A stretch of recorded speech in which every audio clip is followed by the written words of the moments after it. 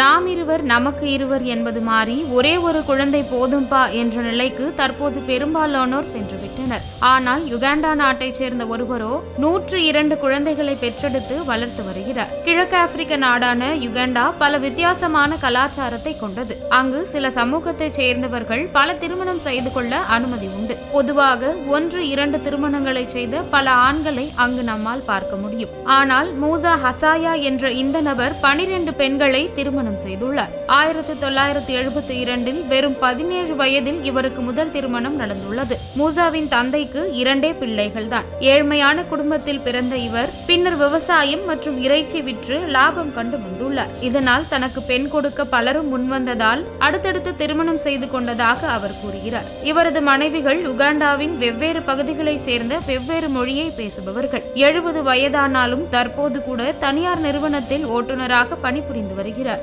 Uganda நாட்டின் லுகாசி என்னும் நகரில்தான் மூசா ஹசாயா தற்போது வாழ்ந்து வருகிறார். 70 வயதாகும் மூசா ஹசாயாவிற்கு 12 மனைவிகள், 102 குழந்தைகள், 568 பேரம் பேத்திகள் உள்ளனர். இவர்கள் அனைவரும் ஒரே இடத்தில் கூட்டமாக வசித்து வருகிறார்கள். இதுகுறித்து மூசா ஹசாயா கூறுகையில், 4 திருமணத்திற்கு மேல் செய்ய விரும்புவோர் போதுமான சொத்துக்கள் இல்லாமல் திருமணம் செய்ய வேண்டாம் என அறிவுறுத்துகிறேன் எனவும், அது மட்டுமின்றி எனக்கு 568 பேர குழந்தைகள், 108 குழந்தைகள் உள்ளனர். அனைவரின் பெயரையும் என்னால் நினைவில் வைக்க முடியவில்லை. நானே நோட்புக்கில் தான் எழுதி வைத்துக் கொள்கிறேன் என தெரிவித்துள்ளார். ஒரு குழந்தையை வளர்க்கவே பெற்றோர் விழிப்பிதுங்கி நிற்கும் இந்த காலகட்டத்தில் 12 மனைவி, 102 குழந்தைகள், 568 பேர குழந்தைகளுடன் வாழ்ந்து வரும் யுகாண்டாவை சேர்ந்த மூசா ஹசாயாவின் கதை தற்போது இணையத்தில் வைரலாகி வருகிறது.